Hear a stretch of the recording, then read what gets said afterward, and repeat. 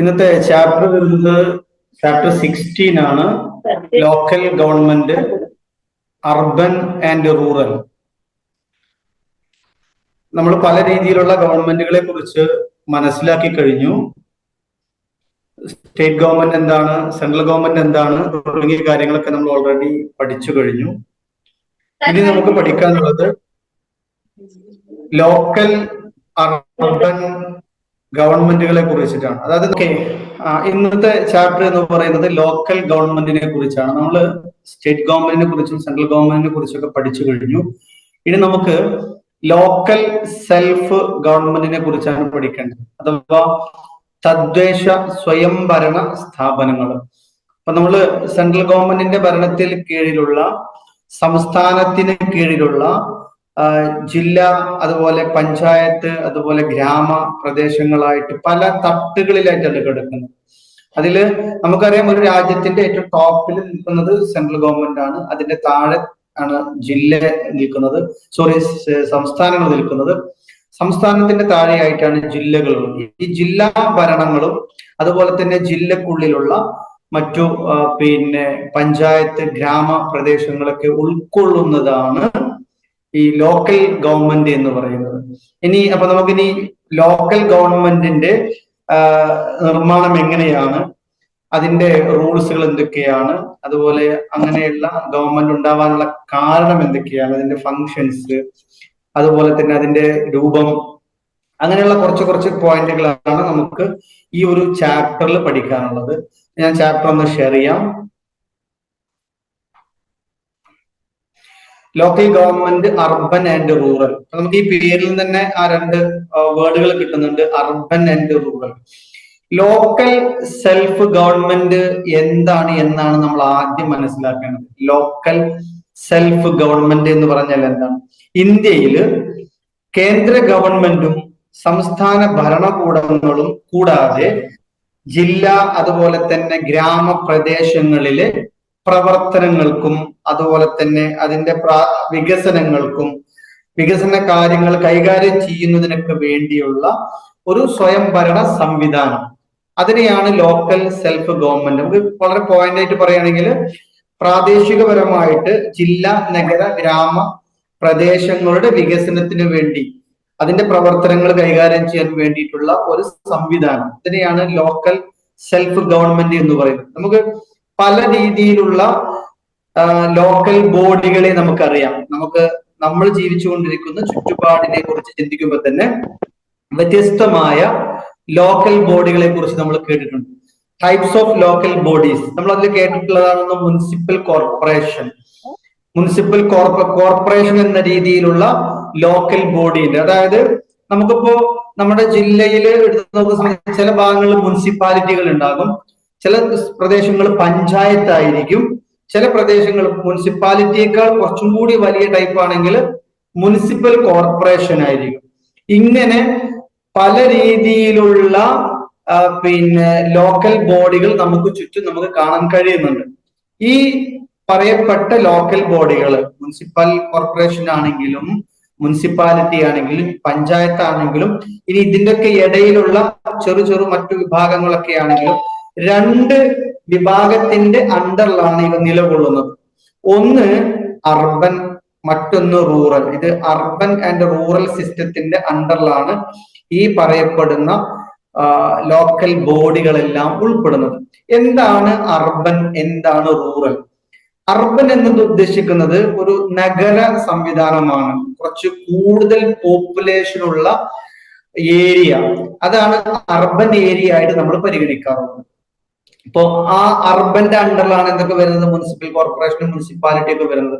Rural എന്ന് പറയുന്ന സമയത്ത് വളരെ കുറഞ്ഞ പോപ്പുലേഷൻ ഉള്ള പ്രദേശങ്ങളെ ഏകോപിപ്പിക്കുന്ന ഒരു സിസ്റ്റം ഉണ്ട്, അത് റൂറൽ സിസ്റ്റത്തിലാണ് വരുന്നത്. ഗ്രാമ പ്രദേശങ്ങളെയാണ് റൂറൽ സിസ്റ്റത്തിന്റെ അണ്ടറിൽ വരുന്നത്. അപ്പൊ നമുക്കതില് അർബന്റെ കീഴിൽ വരുന്ന ലോക്കൽ ബോഡികൾ ഏതൊക്കെയാണ്, റൂറലിന്റെ കീഴിൽ വരുന്ന ലോക്കൽ ബോഡികൾ ഏതൊക്കെയാണ് എന്നതിനെ കുറിച്ചൊരു ധാരണ നിർബന്ധമായിട്ട് വേണം. ഈ പാഠത്തിൽ നിന്ന് നിർബന്ധമായിട്ട് പരീക്ഷയ്ക്ക് ചോദ്യമുണ്ട്, എന്താണെങ്കിലും ചോദ്യം വരും. അത് സ്ഥിരമായി ചോദിക്കുന്ന ഒരു ചോദ്യമുണ്ട്, ഞാൻ ലാസ്റ്റിലേത് പറയാം.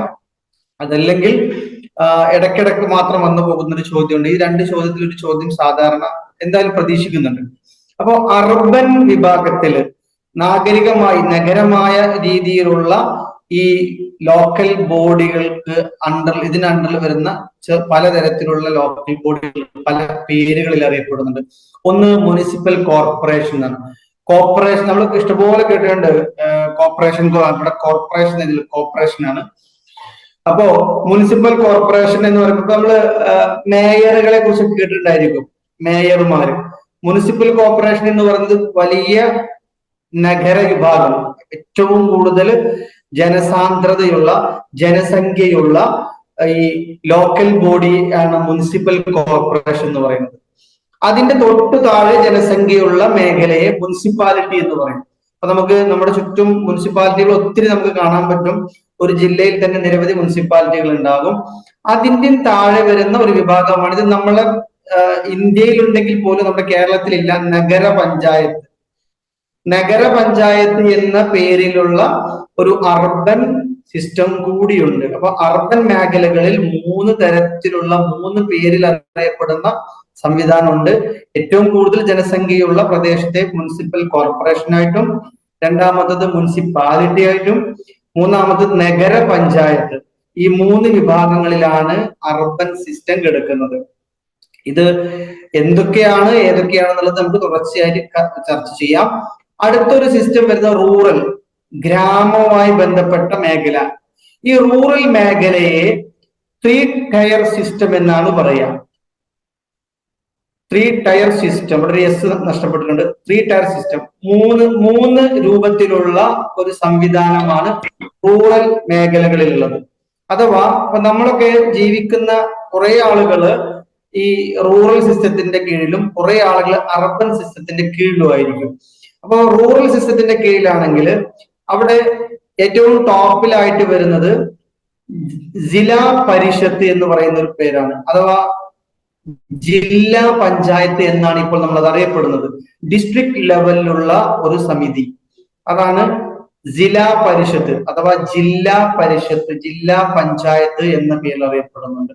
അതിന്റെ തൊട്ടു താഴെ നിൽക്കുന്ന ഒരു സംവിധാനമാണ് പഞ്ചായത്ത് സമിതി അഥവാ ബ്ലോക്ക് പഞ്ചായത്ത് എന്ന പേരിൽ നമ്മൾ അറിയപ്പെടുന്നത് പഞ്ചായത്ത് സമിതി. അതിന്റെയും താഴെയാണ് വില്ലേജ് ഓർ ഗ്രാമപഞ്ചായത്ത് എന്ന പേരിൽ അറിയപ്പെടുന്ന വില്ലേജ് ലെവലിലുള്ള ലെയർ. ഈ വില്ലേജ് അല്ലെങ്കിൽ ഗ്രാമപഞ്ചായത്ത് എന്ന പേരിലുള്ള ഈ ലെയറിന്റെ താഴെയായിട്ട് ഗ്രാമസഭയും ഗ്രാമപഞ്ചായത്തും ന്യായ പഞ്ചായത്ത് എന്ന പേരിൽ പല രീതിയിലും ചെറിയ ചെറിയ വിഭാഗങ്ങളുണ്ട്. ന്യായ പഞ്ചായത്ത് നമ്മുടെ കേരളത്തിൽ കാണാൻ കഴിയില്ല. നമുക്ക് ചുറ്റും മറ്റു പല സംസ്ഥാനത്തും ഉണ്ട് ന്യായ പഞ്ചായത്തുണ്ട്.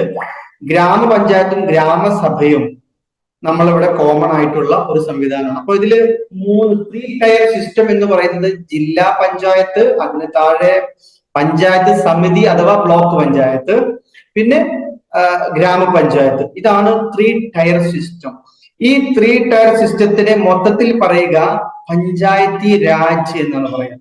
പഞ്ചായത്തി രാജ് സിസ്റ്റം. സത്യത്തിൽ ഈ പഞ്ചായത്തി രാജ് സിസ്റ്റം ഇന്ത്യയില് അവതരിപ്പിച്ചിട്ടുള്ള ആദ്യ വ്യക്തി, അഭിപ്രായം പറഞ്ഞിട്ടുള്ള ആദ്യ വ്യക്തി ഗാന്ധിജിയാണ്.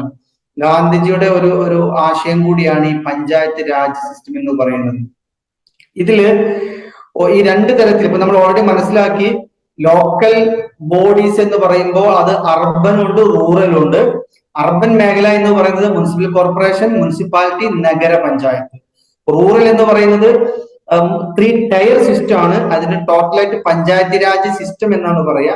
അതിൽ ടോപ്പ് ലെവലിൽ നിൽക്കുന്നത് ജില്ലാ പരിഷത്ത് അഥവാ ഡിസ്ട്രിക്ട് ലെവൽ ജില്ലാ പഞ്ചായത്ത് എന്ന പേര്, മറ്റൊന്ന് പഞ്ചായത്ത് സമിതി അഥവാ ബ്ലോക്ക് ലെവൽ, മൂന്നാമത്തത് വില്ലേജ് ഓർ ഗ്രാമപഞ്ചായത്ത്. ഈ വില്ലേജിന്റെ അല്ലെങ്കിൽ ഗ്രാമപഞ്ചായത്തിന്റെ ലെയറിലാണ് ഗ്രാമസഭയെല്ലാം ഉൾപ്പെടുന്നത്.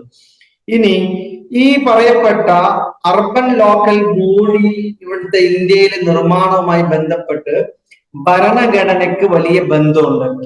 ഇന്ത്യൻ ഭരണഘടനയിലെ 73-ാമത്തെയും 74-ാമത്തെയും അമെൻമെന്റിന്റെ തീരുമാനപ്രകാരമാണ് ഈ ഒരു സിസ്റ്റം വളരെ നല്ല രീതിയിൽ നമ്മുടെ രാജ്യത്ത് മുന്നോട്ട് പോകുന്നത്. നമ്മുടെ ഈ ലോക്കൽ ബോഡീസ്, ലോക്കൽ സെൽഫ് ഗവൺമെന്റിന്റെ സിസ്റ്റം ഇങ്ങനെ ആയതിന്റെ പുറകിലുള്ള പ്രധാനപ്പെട്ട രണ്ട് അമെന്റ്മെന്റുകളാണ് 73-ാമത്തെയും 74-ാമത്തെയും കോൺസ്റ്റിറ്റ്യൂഷണൽ അമെന്റ്മെന്റ്സ്. ഈ അമെന്റ്മെന്റുകളിലൂടെ എടുത്ത ഭരണഘടനയിൽ വന്ന പല തീരുമാനങ്ങളിലൂടെയാണ് ഇന്ന് ഈ ഒരു സിസ്റ്റം ഇവിടെ മുന്നോട്ട് പോയിക്കൊണ്ടിരിക്കുന്നത്. അപ്പൊ നമുക്ക് പരീക്ഷയ്ക്ക് ചോദിക്കുന്ന ഒരു ചോദ്യം ഉണ്ടാവാറുണ്ട് സാധാരണ, ഈ 73rd അല്ലെങ്കിൽ 74th കോൺസ്റ്റിറ്റ്യൂഷണൽ അമെന്റ്മെന്റിന്റെ സാലന്റ് ഫീച്ചേഴ്സ് എന്തൊക്കെയാണ്, അതിന്റെ ഫീച്ചേഴ്സുകൾ, അല്ലെങ്കിൽ ഈ 73rd and 74th constitutional amendment എങ്ങനെയാണ് നമ്മുടെ റൂറൽ സെൽഫ് ഗവൺമെന്റുമായിട്ടോ അല്ലെങ്കിൽ അർബൻ സെൽഫ് ഗവൺമെന്റുമായിട്ടോ അല്ലെങ്കിൽ ലോക്കൽ ബോഡീസുമായിട്ടോ അല്ലെങ്കിൽ ലോക്കൽ സെൽഫ് ഗവൺമെന്റുമായിട്ടോ ബന്ധപ്പെട്ട് കിടക്കുന്നത് എന്ന രീതിയിൽ ഒരു ചോദ്യവും വരാം. എങ്ങനെയാണ് റിലേറ്റ് ചെയ്തിട്ടുള്ളത്, അല്ലെങ്കിൽ എങ്ങനെയാണ് ഇതിനെ ഈ ഒരു അമെന്റ്മെന്റ് ഇതിലേക്ക് സപ്പോർട്ട് ചെയ്യുന്നത് എന്നൊക്കെ രീതിയിൽ പല രീതിയിലും ചോദ്യങ്ങൾ വന്നേക്കാം. അപ്പൊ അങ്ങനെ വരുന്ന സമയത്ത് നമ്മൾ ഈ 73-ാമത്തെയും 74-ാമത്തെയും കോൺസ്റ്റിറ്റ്യൂഷണൽ അമെന്റ്മെന്റുകൾ എന്തിനെയാണ് പിന്നെ സപ്പോർട്ട് ചെയ്യുന്നത്, എന്തൊക്കെയാണ് പറയുന്നത് എന്ന പോയിന്റ്സുകൾ മനസ്സിലാക്കണം. അപ്പൊ അതിൽ ആദ്യം നമുക്ക് 74th അമെന്റ്മെന്റിനെ കുറിച്ച് മനസ്സിലാക്കാം. ഈ 74th അമെന്റ്മെന്റ് അർബൻ മേഖലയിലുള്ള ലോക്കൽ ഗവൺമെന്റിന്റെ സിസ്റ്റത്തെ കുറിച്ചിട്ടാണ് പ്രതിപാദിക്കുന്നത്. 73rd ആണ് നമ്മുടെ പഞ്ചായത്തി രാജ് സിസ്റ്റത്തിലെ ആ സിസ്റ്റവുമായി ബന്ധപ്പെട്ടിട്ടുള്ള അമെന്റ്മെന്റ് വരുന്നത്. അപ്പോ 74th ആക്ട് വരുന്നത് 1992-ലാണ്. 1992-ൽ വന്ന ഈ 74th അമെന്റ്മെന്റിൽ പറയുന്ന പ്രധാനപ്പെട്ട പോയിന്റ്സുകൾ ജസ്റ്റ് ഒന്ന് മനസ്സിലാക്കി വെക്കാം. ഒന്ന്, കോൺസ്റ്റിറ്റ്യൂഷൻ ഓഫ് മുനിസിപ്പാലിറ്റീസ്, മുനിസിപ്പാലിറ്റിയുടെ കോൺസ്റ്റിറ്റ്യൂഷൻ ആണിത്. മുനിസിപ്പാലിറ്റീസുമായി ബന്ധപ്പെട്ടിട്ടുള്ള അതിന്റെ ഭരണ സംവിധാനങ്ങളെ കുറിച്ചും അതുപോലെ തന്നെ സിസ്റ്റത്തെ കുറിച്ചൊക്കെ പ്രതിപാദിക്കുന്ന ഒരു ഏരിയ ആണത്. അതുപോലെ കോമ്പോസിഷൻ ഓഫ് മുനിസിപ്പാലിറ്റീസ്, മുനിസിപ്പാലിറ്റിയുടെ കോമ്പോസിഷൻ, എങ്ങനെ വേണം മുനിസിപ്പാലിറ്റി, ഏതൊക്കെ ഘടകങ്ങൾ വേണം, ഏതൊക്കെ വിഭാഗങ്ങൾ വേണം എന്നൊക്കെ പറയുന്നത് അതിലാണ്. അതുപോലെ തന്നെ നമ്മുടെ എങ്ങനെയാണ് മുനിസിപ്പാലിറ്റിയുടെ കോൺസ്റ്റിറ്റ്യൂഷൻ ക്രിയേറ്റ് ചെയ്യുന്നത്, അതിന് എത്ര ജനസംഖ്യ വേണം തുടങ്ങിയതൊക്കെ ഈ കോൺസ്റ്റിറ്റ്യൂഷൻ ഓഫ് മുനിസിപ്പാലിറ്റിയിൽ പറയുന്നുണ്ട്.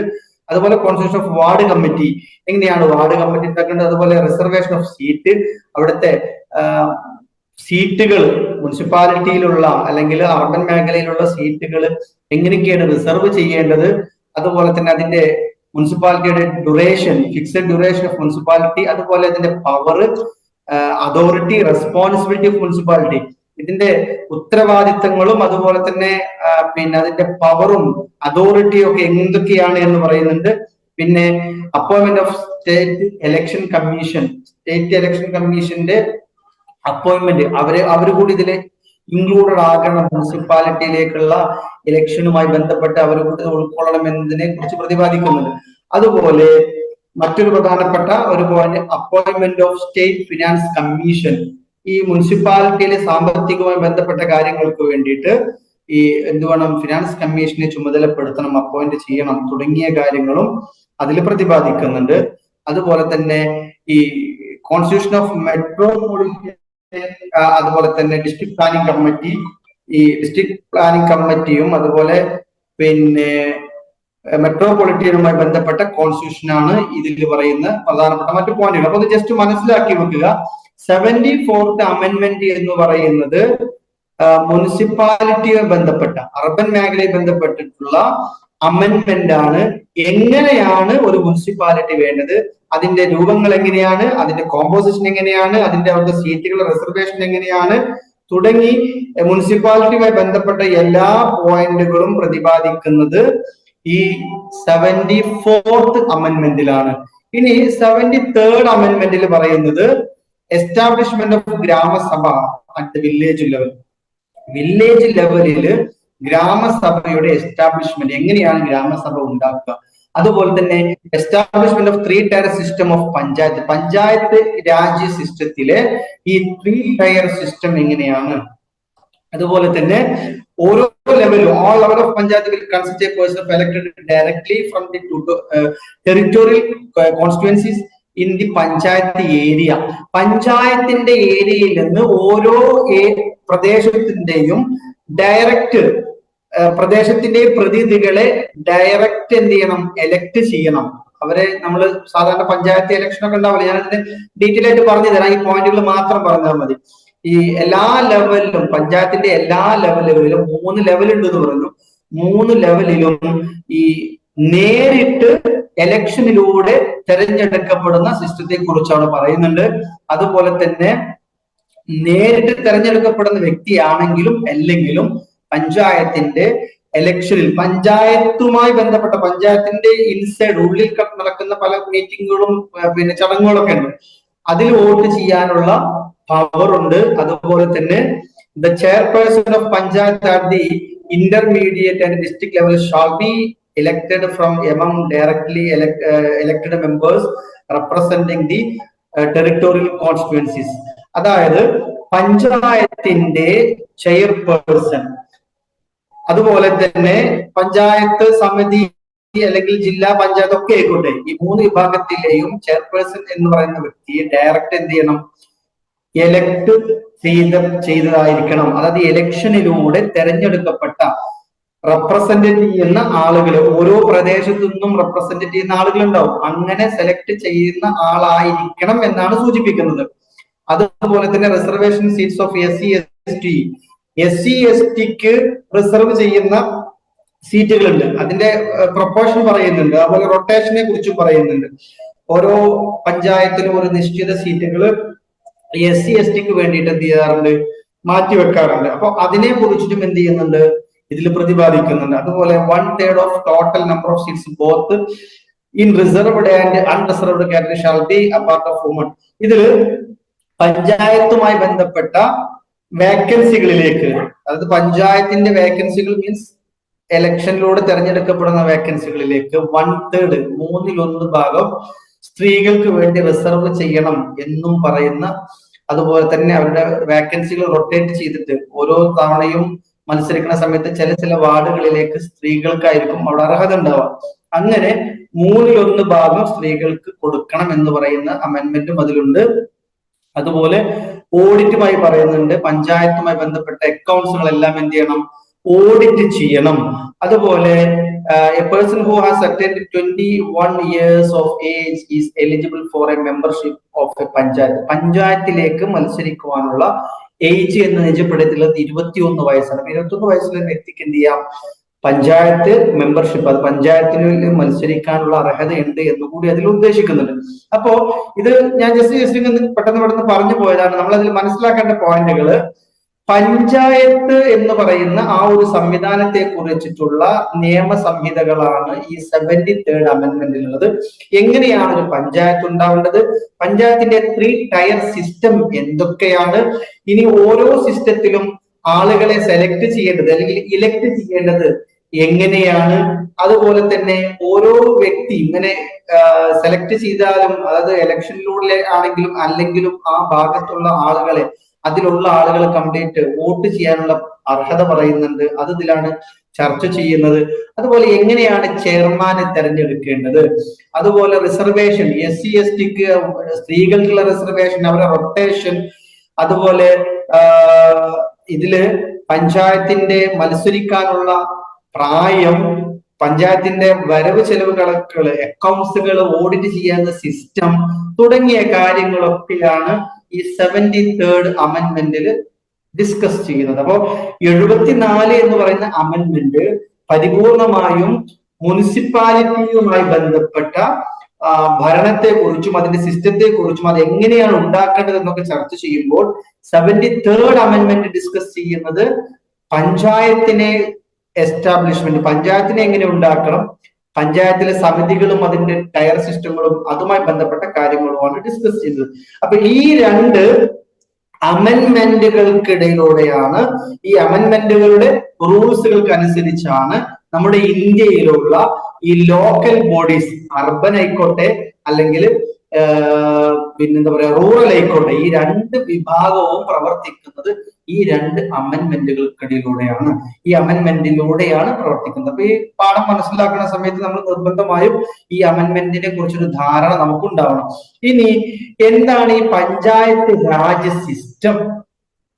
ആരാണ് ഇതിനു വേണ്ടി പ്രധാനമായിട്ടും ഇന്ത്യ ഗവൺമെന്റിന് വേണ്ട നിർദ്ദേശങ്ങൾ കൊടുത്തിട്ടുള്ളത് തുടങ്ങിയ പോയിന്റ്സുകളാണ് നമ്മൾ മനസ്സിലാക്കാനുള്ളത്.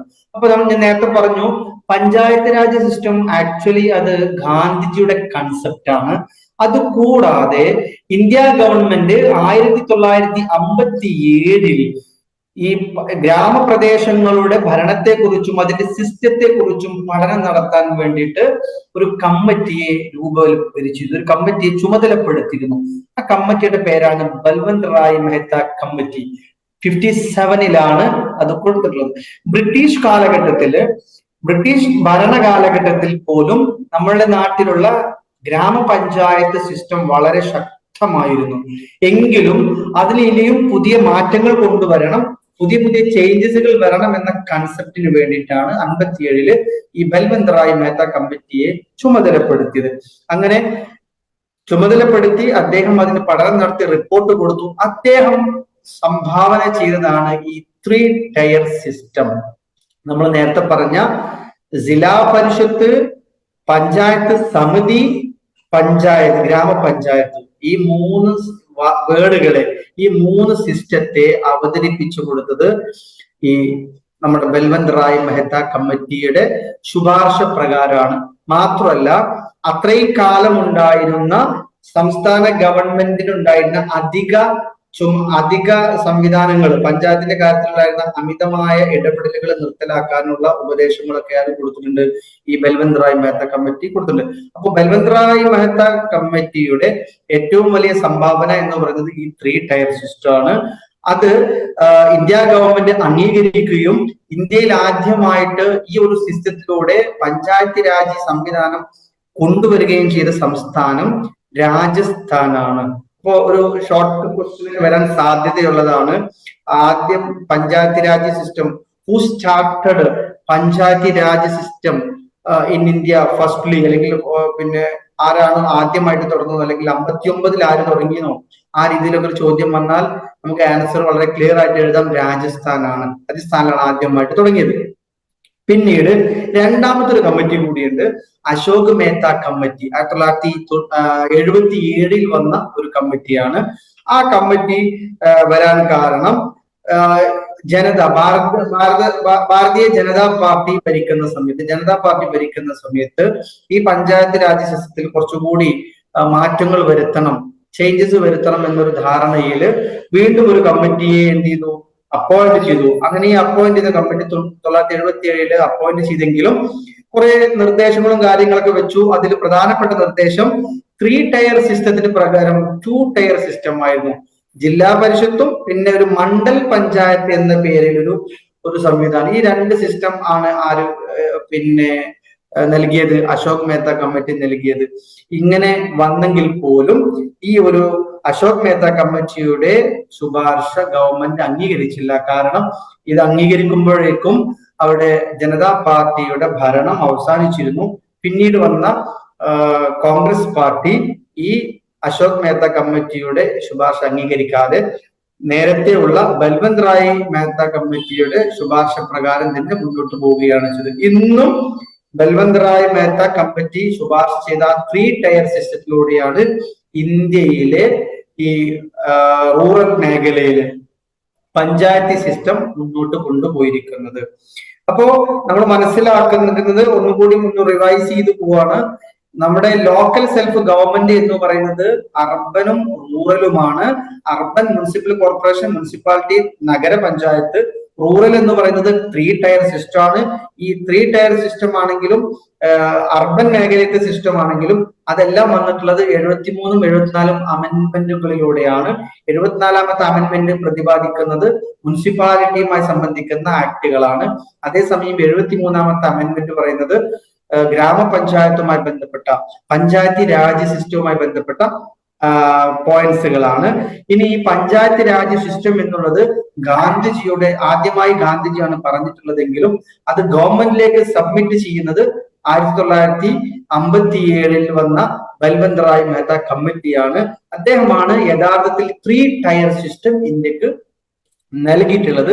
3 ടയർ സിസ്റ്റം പ്രകാരം ഒന്നാം സ്ഥാനം ഏറ്റവും ടോപ്പില് ജില്ലയുടെ അടിസ്ഥാനപരമായിട്ട് ജില്ലയിലെ ടോപ്പായിട്ട് ജില്ലാ പരിഷത്തും അതിന്റെ താഴെ പഞ്ചായത്ത് സമിതി അഥവാ ബ്ലോക്ക് ലെവലിലുള്ള ഒരു വിഭാഗവും അതിന്റെ താഴെ ഗ്രാമപഞ്ചായത്ത് എന്ന് പറയുന്ന ഒരു വിഭാഗവും ഉണ്ടായിരുന്നു. ഇനി നമുക്കതിൽ വളരെ കുറച്ച് പോയിന്റുകൾ കൂടി മനസ്സിലാക്കാനുള്ളൂ. ഈ അർബൻ ലോക്കൽ ബോഡികളുടെ കോമ്പോസിഷൻ എങ്ങനെയാണ്, കോമ്പോസിഷൻ വിഭാഗം എങ്ങനെയാണ്, അതുപോലെ തന്നെ അവരുടെ ഡ്യൂട്ടീസും ഫങ്ഷൻസും, അതുപോലെ അവർക്കുള്ള സാമ്പത്തികമായ സംവിധാനം, എവിടുന്നാണ് ഇവർക്ക് സാമ്പത്തികമായിട്ടുള്ള സംവിധാനം ലഭിക്കുന്നത് തുടങ്ങിയ പോയിന്റ്സുകളാണ് ഇനി ഇതിൽ പ്രധാനമായിട്ട് നമ്മൾ മനസ്സിലാക്കാനുള്ളത്. അപ്പോ ആദ്യം അതിന്റെ കോമ്പോസിഷൻ മനസ്സിലാക്കുക. ഈ പഞ്ചായത്തിന്റെ ആണെങ്കിലും അതല്ലെങ്കിൽ അർബൻ മേഖലയിലെ മുനിസിപ്പാലിറ്റിയോ അല്ലെങ്കിൽ മുനിസിപ്പൽ കോർപ്പറേഷനോ ഏത് വിഭാഗമാണെങ്കിലും അതിന്റെ കോമ്പോസിഷൻ വരുന്നത് ഒന്ന് ഡെലിബറേറ്റീവ് പാർട്ടും മറ്റൊന്ന് എക്സിക്യൂട്ടീവ് പാർട്ടുമാണ്. രണ്ട് തരത്തിലുള്ള പാർട്ടുകളുണ്ട്. ഡെലിബറേറ്റീവ് പാർട്ട് എന്ന് പറയുന്നതും അതുപോലെ തന്നെ എക്സിക്യൂട്ടീവ് പാർട്ടും. ഇതിലെ ഡെലിബറേറ്റീവ് പാർട്ട് എന്ന് പറഞ്ഞാല് സാധാരണയായി നമ്മൾ ഇലക്ഷനിലൂടെ പഞ്ചായത്തിലേക്കും ബ്ലോക്ക് പഞ്ചായത്തിലേക്കും ജില്ലാ പഞ്ചായത്തിലേക്കും ഇലക്ഷൻ നടന്ന് ഓരോ പ്രദേശത്തിന്റെയും പ്രതിനിധികളെ നമ്മൾ വിജയിപ്പിച്ച് അവിടെ എത്തിച്ച് അവർ ചെയ്യുന്ന ചുമതലകളുണ്ട്. ആ വിഭാഗമാണ് ഡെലിബറേറ്റീവ് പാർട്ടി എന്ന് പറയുന്നത്. ഇവർ പല സമയത്തും മീറ്റിംഗ് കൂടിയും ചർച്ച ചെയ്തും അതുപോലെ തന്നെ അങ്ങോട്ടും ഇങ്ങോട്ടും വാഗ്വാദം നടത്തിയും പല അഭിപ്രായങ്ങൾ ഉന്നയിച്ചും ആ പഞ്ചായത്തുമായി ബന്ധപ്പെട്ട അല്ലെങ്കിൽ ആ ബ്ലോക്ക് പഞ്ചായത്തുമായി ബന്ധപ്പെട്ട അല്ലെങ്കിൽ ആ പഞ്ചായത്ത് സമിതിയുമായി ബന്ധപ്പെട്ട അല്ലെങ്കിൽ മുനിസിപ്പാലിറ്റി കോർപ്പറേഷൻ ഏതായിക്കോട്ടെ അതുമായി ബന്ധപ്പെട്ട പ്രവർത്തനങ്ങൾക്കൊരു രൂപരേഖ ഉണ്ടാക്കുന്ന ഒരു വിഭാഗമാണ് ഡെലിബറേറ്റീവ് പാർട്ടി എന്ന് പറയുന്നത്. ഇവര് ആക്ച്വലി നമ്മൾ ഇലക്ഷനിലൂടെ വിജയിപ്പിച്ചു വിടുന്ന വിഭാഗമാണ്. ഈ വിഭാഗത്തിൽ നിന്ന് ഇങ്ങനെ ജയിപ്പിച്ചു വിടുന്നതിന്റെ കൂടെ തന്നെ ഇവരുടെ കൂട്ടത്തിൽ നിന്ന് നമ്മൾ ആരെയും സെലക്ട് ചെയ്യുന്നുണ്ട്. പഞ്ചായത്ത് ലെവലിലാണെങ്കിൽ അവിടെ ആ ജയിച്ചു വന്ന ആളുകളെ കൂട്ടത്തിൽ നിന്ന് ഒരാള് പഞ്ചായത്ത് പ്രസിഡന്റ് ആകുന്നു, മുനിസിപ്പാലിറ്റി ആണെങ്കിൽ മുനിസിപ്പൽ ചെയർമാൻ ആകുന്നു, കോർപ്പറേഷൻ ആണെങ്കിൽ കോർപ്പറേഷനിൽ മേയർ ആകുന്നു. ഇദ്ദേഹമാണ് അതിന്റെ ടോപ്പ് വിഭാഗത്തിൽ വരിക. അപ്പോ അവിടെ നടക്കുന്ന കംപ്ലീറ്റ് മീറ്റിങ്ങുകൾക്കും അതുപോലെ തന്നെ അജണ്ടകൾക്കും ഒക്കെ ചെയർമാൻ ആയിരിക്കുക ഈ പറയപ്പെടുന്ന പഞ്ചായത്ത് പ്രസിഡന്റോ അല്ലെങ്കിൽ ബ്ലോക്ക് പഞ്ചായത്ത് പ്രസിഡന്റോ അല്ലെങ്കിൽ ജില്ലാ പഞ്ചായത്ത് പ്രസിഡന്റോ അല്ലെങ്കിൽ മുനിസിപ്പൽ ചെയർമാനോ കോർപ്പറേഷൻ മേയറോ ഒക്കെ ആയിരിക്കും. ഇവരാണ് ഇതിന്റെ ഹെഡ്. ഇവർക്ക് താഴെയായിട്ട് നമ്മൾ തെരഞ്ഞെടുക്കപ്പെടുന്ന ആളുകൾ പല പല സെക്ഷനുകളില് ചെയർമാൻമാരായിട്ട് നിലകൊള്ളും അല്ലെങ്കിൽ അതിന്റെ ഹെഡുകളായി, ചെയർമാൻമാരല്ല ഹെഡുകളായിട്ട് നിലകൊള്ളും. ആരോഗ്യ സമിതി ചെയർമാൻ അല്ലെങ്കിൽ എഡ്യൂക്കേഷൻ വിഭാഗം, ഇങ്ങനെ പല വിഭാഗങ്ങളും ഉണ്ട്. പഞ്ചായത്തിലാണെങ്കിലും മുനിസിപ്പാലിറ്റിയിലാണെങ്കിലും കോർപ്പറേഷനിലാണെങ്കിലും ഇവിടേക്ക് ഈ ജയിക്കുന്ന ആളുകളാണ് അവിടെ മെയിൻ പദവികൾ അലങ്കരിക്കുന്നത്. ഇതാണ് ഡെലിബറേറ്റീവ് പാർട്ടി. ഇനി എക്സിക്യൂട്ടീവ് പാർട്ടി എന്ന് പറയുന്ന ഒരു വിഭാഗമുണ്ട്. എക്സിക്യൂട്ടീവ് പാർട്ടി എന്ന് പറയുന്നത് പരീക്ഷകളിലൂടെ ഗവൺമെന്റ് പ്രതിനിധികളായിട്ട് ഇരിക്കുന്ന ഒരു വിഭാഗമാണ്. എക്സിക്യൂട്ടീവ് പാർട്ടി ഗവൺമെന്റ് പ്രതിനിധികളും ഡെലിബറേറ്റീവ് പാർട്ടി എന്ന് പറയുന്നത് ജനങ്ങളുടെ ആളുകളായിട്ട് ജനപ്രതിനിധികളായിട്ടിരിക്കുന്ന ഈ എക്സിക്യൂട്ടീവ് പാർട്ടിയിലാണ് നമുക്കറിയാൻ പറ്റും പഞ്ചായത്തിൽ ഒരു ഓരോ സെക്ഷനിലും ഓരോ ഹെഡുകൾ ഉണ്ടാകും. നമ്മൾ ജയിപ്പിക്കാതെ തന്നെ പരീക്ഷ എഴുതി വരുന്ന ആളുകൾ അതിൽ എഞ്ചിനീയർമാരുണ്ടാകും, ആരോഗ്യ വിഭാഗം ഹെഡുകൾ ഉണ്ടാകും, ക്ലർക്കുമാരുണ്ടാകും, ഫിനാൻഷ്യൽ ഓഫീസർമാരുണ്ടായിരിക്കും. ഇങ്ങനെ പല രീതിയിലുള്ള ഉദ്യോഗസ്ഥന്മാരുണ്ടായിരിക്കും. ഇവരാണ് എക്സിക്യൂട്ടീവ് പാർട്ട് എന്ന് അറിയപ്പെടുന്നത്. ഈ എക്സിക്യൂട്ടീവ് പാർട്ടും ഡെലിബറേറ്റീവ് പാർട്ടും കൂടി ചേർന്നിട്ടുള്ള ഒരു കോമ്പിനേഷൻ അല്ലെങ്കിൽ ഒരു കോമ്പോസിഷൻ ആണ് പഞ്ചായത്താണെങ്കിലും മുനിസിപ്പാലിറ്റി ആണെങ്കിലും കോർപ്പറേഷൻ ആണെങ്കിലും അല്ലെങ്കിൽ ജില്ലാ പഞ്ചായത്ത് ആണെങ്കിലും എല്ലാത്തിലും ഇതേ ഒരു സിസ്റ്റമാണ് നിലകൊള്ളുന്നത്. ഇനി ഇവരുടെ ഫങ്ഷൻസ് അല്ലെങ്കിൽ ഡ്യൂട്ടീസ് എന്ന് പറയുന്ന ഒരു വിഭാഗമുണ്ട്. അത് രണ്ട് തരത്തിലാണ്. ഒബ്ലിഗേറ്ററി എന്ന് പറയുന്ന ഒരു വിഭാഗമുണ്ട്, അതുപോലെ തന്നെ ഡിസ്ക്രിഷണറി എന്ന് പറയുന്ന ഒരു വിഭാഗമുണ്ട്. ഒബ്ലിഗേറ്ററി എന്ന് പറഞ്ഞാൽ നിർബന്ധമായും ചെയ്യേണ്ട അല്ലെങ്കിൽ നടക്കേണ്ട ഫങ്ഷൻസോ ഡ്യൂട്ടീസിനെയാണ് ഒബ്ലിഗേറ്ററി എന്ന് പറയുന്നത്. ആ പറയപ്പെട്ട ഒബ്ലിഗേറ്ററി വിഭാഗത്തിൽപ്പെട്ട കാര്യങ്ങൾ നിർബന്ധമായും പഞ്ചായത്താണെങ്കിലും മുനിസിപ്പാലിറ്റി ആണെങ്കിലും കോർപ്പറേഷൻ ആണെങ്കിലും അവിടെ നടന്നിരിക്കണം. അതാണ് അവരുടെ പ്രധാനപ്പെട്ട കടമകൾ. എന്നാൽ ഈ ഡിസ്ക്രിഷണറി എന്ന് പറയുന്നത് വിവേചനമനുസരിച്ച് വേണമെങ്കിൽ ചെയ്യാം, അങ്ങനെ ചെയ്യേണ്ട ചില ധർമ്മങ്ങളുണ്ട്. അത് അവർക്ക് ഇഷ്ടാനുസരണം ആ സമിതിക്കോ അല്ലെങ്കിൽ ആ പഞ്ചായത്തിനോ മുനിസിപ്പാലിറ്റിക്കോ മീറ്റിംഗ് കൂടി തീരുമാനം എടുത്തിട്ടൊക്കെ അവരുടെ സ്വന്തം ഇഷ്ടത്തിന് വേണമെങ്കിൽ അങ്ങനെ നടത്താം. അങ്ങനെ രണ്ട് തരത്തിലുള്ള ഫങ്ഷൻസ് ഉണ്ട്, അല്ലെങ്കിൽ ഡ്യൂട്ടീസ് ഉണ്ട്. അതാണ് ഒന്ന് ഒബ്ലിഗേറ്ററി. Obligatory means compulsory. മറ്റത് ഡിസ്ക്രിഷണറി എന്ന് പറയുന്നത് വിവേചനാർത്ഥം ചെയ്യുന്ന ചില ധർമ്മങ്ങളാണ്. അപ്പൊ നമ്മൾ മനസ്സിലാക്കേണ്ടത് ഒബ്ലിഗേറ്ററി ആയിട്ട് വരുന്ന, കമ്പൽസറി ആയിട്ടും ഈ മുനിസിപ്പാലിറ്റിയും പഞ്ചായത്തോ അല്ലെങ്കിൽ കോർപ്പറേഷനോ ചെയ്യേണ്ടതായ പ്രധാനപ്പെട്ട ധർമ്മങ്ങളെയാണ് ഇവിടെ കൊടുത്തിട്ടുള്ളത്. ഇത് ചെറിയ ചെറിയ മാറ്റങ്ങളൊക്കെ പിന്നെ ഇവരുടെ ലെവലുകൾക്കനുസരിച്ച് ഉണ്ടാകും. എങ്കിലും ചോദ്യം വന്നു കഴിഞ്ഞാൽ മുനിസിപ്പാലിറ്റിയുടെ ധർമ്മങ്ങൾ അല്ലെങ്കിൽ ഫങ്ഷൻസ്, അല്ലെങ്കിൽ പഞ്ചായത്തിന്റെ ഫങ്ഷൻസ്, അല്ലെങ്കിൽ മുനിസിപ്പൽ കോർപ്പറേഷന്റെ ഫങ്ഷൻസ് എന്നുള്ള ചോദ്യം വന്നാൽ ഇത് എവിടെയും എഴുതി കൊടുക്കാൻ പറ്റുന്ന കോമൺ ആയിട്ടുള്ള പോയിന്റ്സുകളാണ്. അവരുടെ പ്രധാനപ്പെട്ട കടമകളാണ്. ഒന്ന് പ്രൈമറി ഹെൽത്ത് കെയർ, ആരോഗ്യപരമായിട്ടുള്ള, നമുക്കറിയാം നമ്മുടെ ആരോഗ്യ കേന്ദ്രങ്ങൾ ഉണ്ടാവും ഓരോ പഞ്ചായത്തിലും. അപ്പൊ പ്രാഥമികമായ ആരോഗ്യ സംരക്ഷണം പഞ്ചായത്തിന്റെയോ മുനിസിപ്പാലിറ്റിയുടെയോ അല്ലെങ്കിൽ കോർപ്പറേഷന്റെയോ ഒബ്ലിഗേറ്ററി ആയ ഡ്യൂട്ടിയാണ്.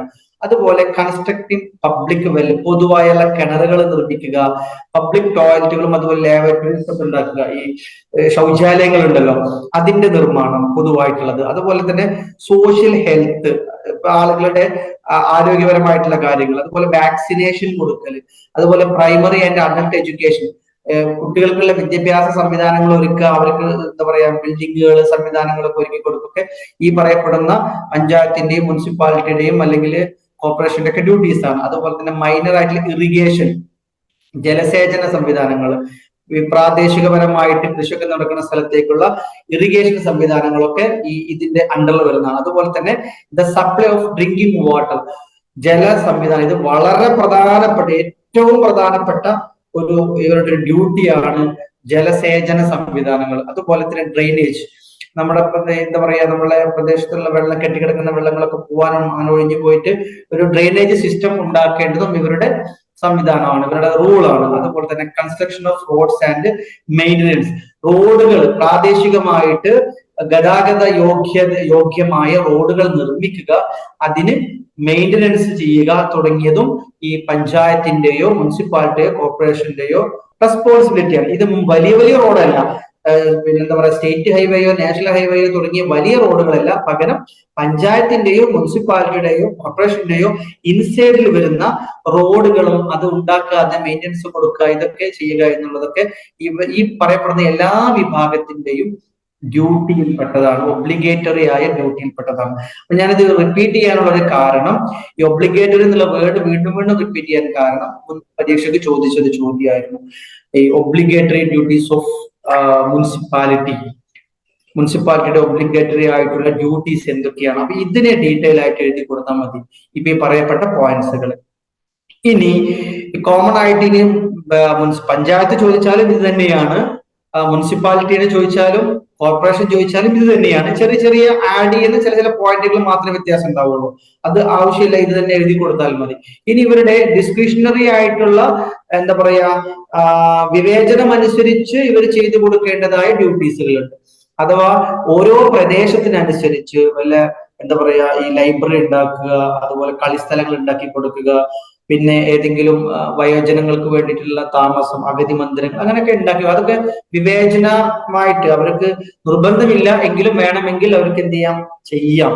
അതുപോലെ പല പല പരിപാടികൾ നടത്തുക, പല പ്രോഗ്രാമുകൾ നടത്തുക, പിന്നെ പല സർവേകൾ നടത്തുക, ഇതൊക്കെ അവർക്ക് വേണമെങ്കിൽ ചെയ്യാം. അങ്ങനെയുള്ള കുറെ പ്രോഗ്രാമുകളൊക്കെ ഉണ്ട്. അത് സ്ഥലത്തിനനുസരിച്ച് വ്യത്യാസമായിരിക്കും. വലിയൊരു കോർപ്പറേഷൻ ഒക്കെ ആണെങ്കിൽ അവിടെ ബംഗ്ലാവ് എന്താ പറയുക കാഴ്ച ബംഗ്ലാവ് ഉണ്ടാക്കാം, വിനോദ പാർക്കുകൾ ഉണ്ടാക്കാം, ജിംനേഷ്യങ്ങൾ ഉണ്ടാക്കാം, അങ്ങനെയൊക്കെ പ്രദേശത്തിനനുസരിച്ച് പലതും ഉണ്ടാക്കാം.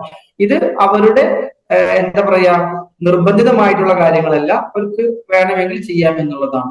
ഇനി ഈ പറയപ്പെടുന്ന ലോക്കൽ ആൻഡ് അർബൻ വിഭാഗത്തിന്റെ ഇൻകം റിസോഴ്സ് ആണ് ഇനി പറയുന്നത്. ഇൻകം എങ്ങനെയാണ് ഇവർക്ക് കിട്ടുന്നത്? ഈ പറയപ്പെടുന്ന കാര്യങ്ങളൊക്കെ ചെയ്യാൻ വേണ്ടിയിട്ട് നല്ല രീതിയിൽ സാമ്പത്തികം വേണം.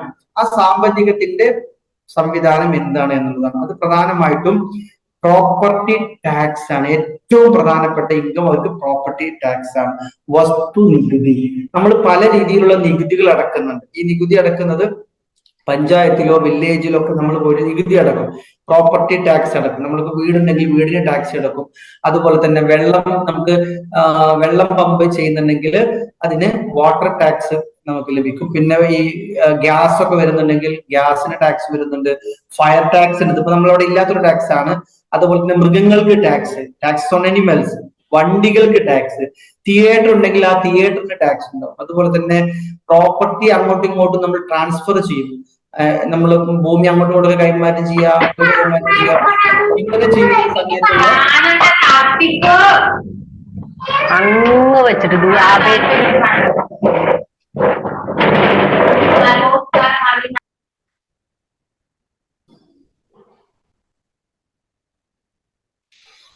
അപ്പൊ ഇൻകം റിസോഴ്സിനെ കുറിച്ച് പറഞ്ഞത്, പ്രോപ്പർട്ടി ടാക്സ് വരുന്നുണ്ട്, വാട്ടർ ടാക്സ് വരുന്നുണ്ട്, അതുപോലെ ഫയർ ടാക്സ് ഉണ്ട്, ടാക്സസ് ഓൺ അനിമൽസ് വരുന്നുണ്ട്, വെഹിക്കിൾ ടാക്സ് വരുന്നുണ്ട്, തിയേറ്റർ ടാക്സ് വരുന്നുണ്ട്, ഡ്യൂട്ടി ഓൺ ട്രാൻസ്ഫർ പ്രോപ്പർട്ടികൾ കൈമാറാനൊക്കെ വേണ്ടിയിട്ട് ടാക്സ് വരുന്നുണ്ട്. ഇപ്പൊ വെള്ളത്തിന് നികുതി കൊടുക്കുന്നുണ്ട്, നമ്മൾ സ്ഥലങ്ങൾക്ക് നികുതി കൊടുക്കുന്നുണ്ട്, പല രീതിയിൽ നികുതി നമ്മൾ അടക്കാറുണ്ടല്ലോ. ഇപ്പൊ വീടിനൊക്കെ വലുപ്പത്തിനനുസരിച്ചാണ് നികുതി. ഇപ്പൊ ഈ അടുത്ത കാലത്ത് വളരെയധികം വിവാദം ഉണ്ടായതാണ്, ബിൽഡിങ്ങിനൊക്കെ വളരെയധികം ടാക്സ് വരുന്നുണ്ട് എന്ന് പറഞ്ഞിട്ട്. അതുപോലെ മൃഗങ്ങൾക്ക് ടാക്സ് വരുന്നുണ്ട്, വാഹനങ്ങൾക്ക്, തിയേറ്ററിന്, അതുപോലെ എഡ്യൂക്കേഷണൽ സെസ് ഉണ്ട്, അതുപോലെ പ്രൊഫഷണൽ ടാക്സ് ഉണ്ട്, ജോലിക്കാർക്കുള്ള ടാക്സ് ആണ്. ഇങ്ങനെ വ്യത്യസ്ത തരത്തിലുള്ള ടാക്സുകളാണ് ഈ പറയപ്പെടുന്ന ലോക്കൽ അർബൻ അല്ലെങ്കിൽ അർബൻ ആൻഡ് റൂറൽ സെൽഫ് ഗവൺമെന്റിന്റെ ഇൻകത്തിനുള്ള സോഴ്സ്.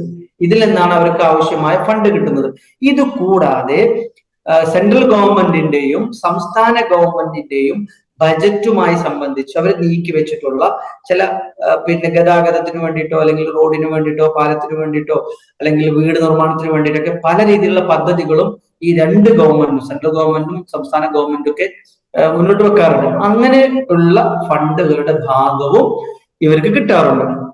അപ്പോ ഈ ഫണ്ട്, രണ്ട് തരത്തിലുള്ള ഫണ്ടും അവർക്ക് പ്രധാനമായിട്ടും അവരുടെ ദൈനംദിന പ്രവർത്തനങ്ങൾക്കും അല്ലെങ്കിൽ ഈ പറയപ്പെടുന്ന വികസന കാര്യങ്ങൾക്കും വേണ്ടി ഉപയോഗപ്പെടുത്തുന്നുണ്ട്. ഇനി നമ്മൾ ഈ പാഠത്തിൽ നിന്ന് ഒരു സ്ഥിരമായി ചോദിക്കുന്ന ഒരു ചോദ്യമാണ് ജില്ലാ പരിഷത്ത്. എന്താണ് ജില്ലാ പരിഷത്ത്, അതിന്റെ പ്രത്യേകത എന്താണ്? ഇങ്ങനെ ഒരു ചോദ്യം പലതവണ പരീക്ഷയ്ക്ക് വരാറുണ്ട്. അപ്പോൾ ജില്ലാ പരിഷത്ത് അഥവാ ജില്ലാ പഞ്ചായത്ത് എന്ന് നമ്മൾ മനസ്സിലാക്കുമ്പോൾ ആദ്യം അതിന്റെ പോയിന്റ് എന്ന് പറയുന്നത് ടോപ്പ് ലെവലിലുള്ള 3 ടയർ സിസ്റ്റത്തിലെ പഞ്ചായത്ത് സംവിധാനത്തിലെ 3 ടയർ സിസ്റ്റത്തിലെ ഏറ്റവും ടോപ്പ് മോസ്റ്റ് നിൽക്കുന്ന ഒരു വിഭാഗമാണ് ജില്ലാ പഞ്ചായത്ത് എന്ന് പറയുന്നത്. പഞ്ചായത്തിന്റെയും ബ്ലോക്ക് ലെവലിന്റെയും കംപ്ലീറ്റ് മേൽനോട്ടവും നടത്തിപ്പും ഉപദേശവും അതിന്റെ എന്താ പറയാ സംവിധാനങ്ങളൊക്കെ കൊണ്ടുവരുന്നത് ഈ പറയപ്പെടുന്ന ജില്ലാ പരിഷത്താണ്. അപ്പൊ ജില്ലാ പരിഷത്തിനെ കുറിച്ചിട്ട് ഇവിടെ ഒരു സെന്റൻസ് ഉണ്ട്, നിങ്ങളുടെ ടെക്സ്റ്റിലുള്ള സെന്റൻസ് ആണ്. Zilla Parishad at the district level is the upper most tier of the Panchayat Raj system. Panchayat Raj സിസ്റ്റത്തിലെ ഏറ്റവും മുകളിലുള്ള ലെവലാണ് ജില്ലാ പരിഷത്ത്. അതുപോലെ തന്നെ ഈ institution has some directly elected. ഈ ഇൻസ്റ്റിറ്റ്യൂഷനിലേക്കുള്ള ആളുകൾ, ഇൻസ്റ്റിറ്റ്യൂഷൻ എന്ന് പറയുന്നത് വ്യക്തികളിലൂടെയാണ്, അത് ഡയറക്ട്ലി എലക്റ്റഡ് ആണ്, ഡയറക്ട്ലി വോട്ട് ചെയ്ത് തെരഞ്ഞെടുക്കപ്പെട്ടവരാണ്. അതുപോലെ തന്നെ chairperson of Panchayat Samiti are ex officio members of Zilla Parishad. ജില്ലാ പഞ്ചായത്ത് ആ വിഭാഗത്തിലേക്കുള്ള ഒരു എക്സ് ഒഫീഷ്യോ മെമ്പറാണ് പഞ്ചായത്ത് സമിതിയുടെ ചെയർപേഴ്സൺ. ഈ എക്സ് ഒഫീഷ്യോ മെമ്പർ എന്ന് പറഞ്ഞാല് നിലവിൽ ആ ഓഫീസിലെ എന്തല്ല വ്യക്തിയല്ല, പക്ഷെ മറ്റൊരു ഓഫീസിലെ വ്യക്തിക്ക് ഈ ഓഫീസിലെ കാര്യങ്ങളിൽ ഇടപെടാനുള്ള സംവിധാനം ഉണ്ടെങ്കിലാണ് അദ്ദേഹത്തെ എക്സ് ഒഫീഷ്യോ മെമ്പർ എന്നൊക്കെ പറയാറുള്ളത്. അപ്പോൾ പഞ്ചായത്ത് സമിതി എന്ന് പറയുന്ന രണ്ടാമത്തെ ലെയറിലുള്ള ചെയർപേഴ്സൺ ഈ ജില്ലാ പരിഷത്തിന്റെ എക്സ് ഒഫീഷ്യോ മെമ്പറാണ്. പിന്നെ member of parliament, legislative assemblies and councils belonging to the districts are also nominated members of Zilla Parishad.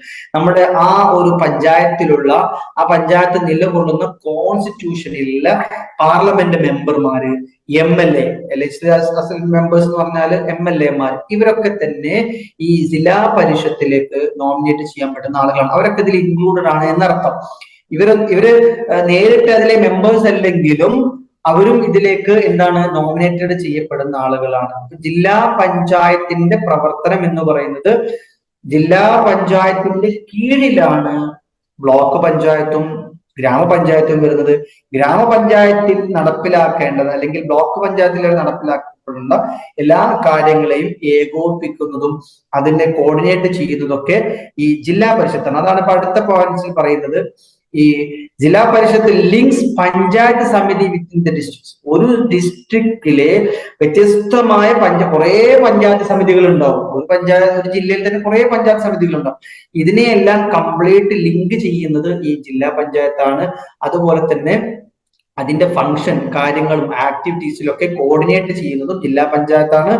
അതുപോലെ തന്നെ ഒരു സമിതിക്ക് കീഴിലുള്ള അല്ലെങ്കിൽ പഞ്ചായത്തിന് കീഴിലുള്ള മുഴുവൻ കാര്യങ്ങളും പ്രിപ്പയർ ചെയ്യുന്നതും പ്ലാൻ ചെയ്യുന്നതും അത് ഇന്റഗ്രേറ്റ് ചെയ്ത് കൂട്ടി യോജിപ്പിക്കുന്നതൊക്കെ സംയോജിപ്പിക്കുന്നതൊക്കെ തന്നെ ജില്ലാ പരിഷത്താണ്.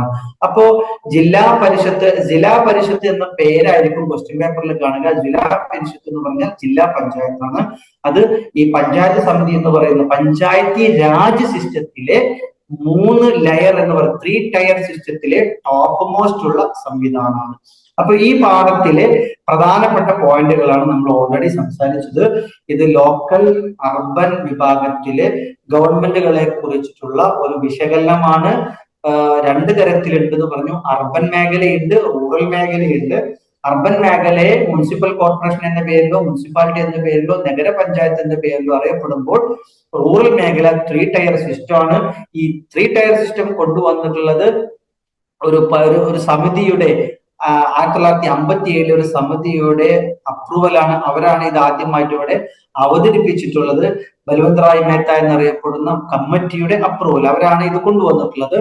ഈ സിസ്റ്റം പ്രകാരം 3 ലെയറിലെ ടോപ്പാണ് നമ്മുടെ ജില്ലാ പരിഷത്ത് എന്ന് പറയുന്നത്. ജില്ലാ പഞ്ചായത്ത് എന്ന് പറയുന്നത് ജില്ലാ പരിഷത്ത് എന്ന പേരിലാണ് അറിയപ്പെടുന്നത്. പിന്നെ ഈ സിസ്റ്റത്തിലെ 73, 74 അമെന്റ്മെന്റുകളാണ് ഈ സിസ്റ്റത്തെ നിലനിർത്തുന്നത്. 73ാമത്തെ അമെന്റ്മെന്റ് എന്ന് പറയുന്നത് മുനിസിപ്പാലിറ്റി 74ാമത്തെ അമെന്റ്മെന്റ് എന്ന് പറയുന്നത് മുനിസിപ്പാലിറ്റിയെ കുറിച്ചും 73ാമത്തെ അമെന്റ്മെന്റ് പഞ്ചായത്ത് സിസ്റ്റത്തെ കുറിച്ചുമാണ് പ്രധാനമായിട്ടും ഡിസ്കസ് ചെയ്യുന്നത്. പിന്നെ പറഞ്ഞത് ഇതിന്റെ കോമ്പോസിഷൻ ആണ്. 2 തരത്തിലുള്ള വിഭാഗമുണ്ട് ഇതില്. ഡെലിബറേറ്റീവ് പാർട്ടുണ്ട്, എക്സിക്യൂട്ടീവ് പാർട്ടുണ്ട്. ഡെലിബറേറ്റീവ് പാർട്ട് എന്ന് പറഞ്ഞ ജനപ്രതിനിധികളാണ്, നമ്മൾ ഇലക്ഷനിലൂടെ പറഞ്ഞു വിടുന്ന ആളുകളാണ്. എക്സിക്യൂട്ടീവ് പാർട്ട് എന്ന് പറഞ്ഞത് ഉദ്യോഗസ്ഥരാണ്, എഞ്ചിനീയർമാരും ക്ലർക്കുമാരും സാമ്പത്തിക ഉദ്യോഗസ്ഥരൊക്കെ അടങ്ങുന്നതാണ് എക്സിക്യൂട്ടീവ് പാർട്ടി എന്ന് പറയുന്നത്. ഇവർക്ക് 2 തരത്തിലുള്ള ഡ്യൂട്ടീസ് ഉണ്ട്. ഒന്ന് ഒബ്ലിഗേറ്ററി, ഒന്ന് ഡിസ്ക്രിഷണറി. ഈ ഒബ്ലിഗേറ്ററി എന്ന് പറയുന്നത് നിർബന്ധമായും ചെയ്യേണ്ടതായ ആ പ്രദേശത്തിന്റെ പുരോഗതിക്കും അവിടുത്തെ ജീവിതത്തിനും നിർബന്ധമായി ചെയ്തു കൊടുക്കേണ്ടതാണ് ഒബ്ലിഗേറ്ററി. ഈ ഡിസ്ക്രിഷണറി എന്ന് പറയുന്നത് അവരുടെ വിവേചനം വേണമെങ്കിൽ മാത്രം ചെയ്യാവുന്ന കുറെ സംവിധാനമാണ്. പിന്നെ പറഞ്ഞത് ഇവരുടെ ഇൻകം സോഴ്സ് ആണ്. ഇൻകം സോഴ്സിൽ പ്രധാനമായിട്ടും ടാക്സ് ആണ്. പ്രോപ്പർട്ടി ടാക്സ് ആണ് ഏറ്റവും വലിയ വരുമാന മാർഗം.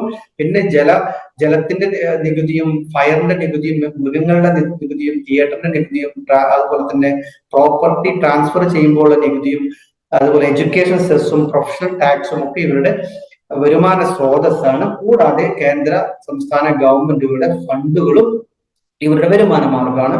പിന്നെ സ്ഥിരമായി ചോദിക്കുന്ന ചോദ്യത്തെ കുറിച്ചാണ് പറഞ്ഞത്. ജില്ലാ പരിഷത്ത് അഥവാ ജില്ലാ പഞ്ചായത്ത് എന്നറിയപ്പെടുന്ന വിഭാഗം. ജില്ലാ പഞ്ചായത്ത് എന്ന് പറയുന്നത് 3 ടയർ സിസ്റ്റത്തിലെ ഏറ്റവും ടോപ്പാണ്. ഇവരാണ് ഒരു ജില്ലയിലെ മുഴുവൻ സമിതികളെ 2ാം ലെയറിൽ നിൽക്കുന്ന പിന്നെ പഞ്ചായത്ത് സമിതികളെ, ബ്ലോക്ക് പഞ്ചായത്തുകളെ ഏകോപിപ്പിക്കുന്നത്. അതുപോലെ തന്നെ ആ പഞ്ചായത്തിൽ നടക്കേണ്ട അല്ലെങ്കിൽ ആ ജില്ലാ പഞ്ചായത്തിൽ നടക്കേണ്ട അല്ലെങ്കിൽ ആ ജില്ലയ്ക്ക് കീഴിലുള്ള മുഴുവൻ ഗ്രാമപ്രദേശങ്ങളിലും നടത്തേണ്ട പ്രവർത്തനങ്ങളെ കുറിച്ച് ഏകോപിപ്പിക്കുന്നതും അത് പ്ലാൻ ചെയ്യുന്നതും ഇവരാണ്. അപ്പോ ടോട്ടലി ഈ ഒരു പാഠത്തെ കുറിച്ചുള്ള ഐഡിയാസ് നിങ്ങൾക്ക് കിട്ടി എന്നാണ് ഞാൻ മനസ്സിലാക്കുന്നത്.